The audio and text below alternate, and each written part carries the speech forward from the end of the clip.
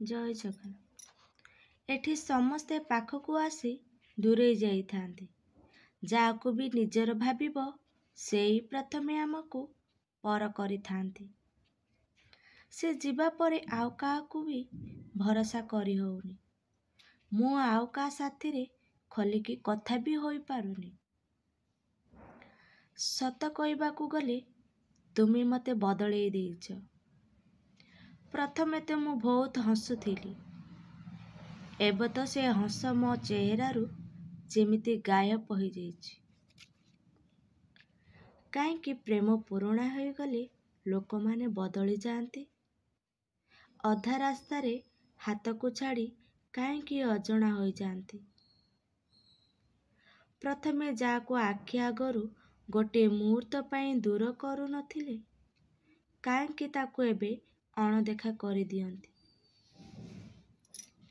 ଏବେ ନିଶ୍ୱାସ ବନ୍ଦ ହେଲା ଭଳି ଲାଗୁଛି, କିନ୍ତୁ ତୁମ ପାଇଁ ଅପେକ୍ଷା ସେମିତି ଅଛି। ଦେଖିବାର ଅଛି ସେ କେବେ ଆସୁଛନ୍ତି। ବୋଧେ ମୋ ଶେଷ ନିଶ୍ୱାସରେ ଦେଖାହବ। ମୋର ତତେ ବାସ୍ ଗୋଟିଏ କଥା କହିବାର ଅଛି। ମୋର ତୋ ବାହୁବନ୍ଧନରେ ରହିବାର ଅଛି।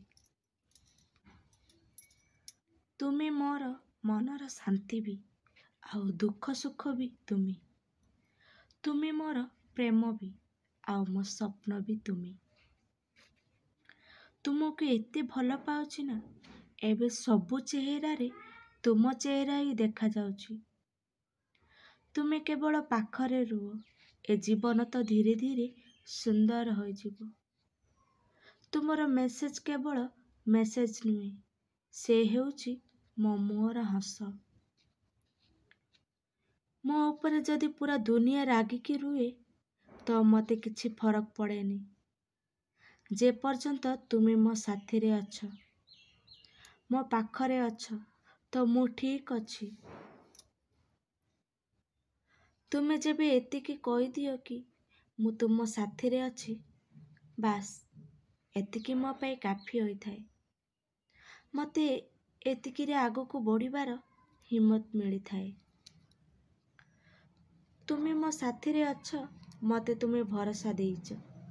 ମୋତେ ଏହାଠାରୁ ବଡ଼ କଥା ମୋ ପାଇଁ ଆଉ କ'ଣ କିଛି ବି ନାହିଁ।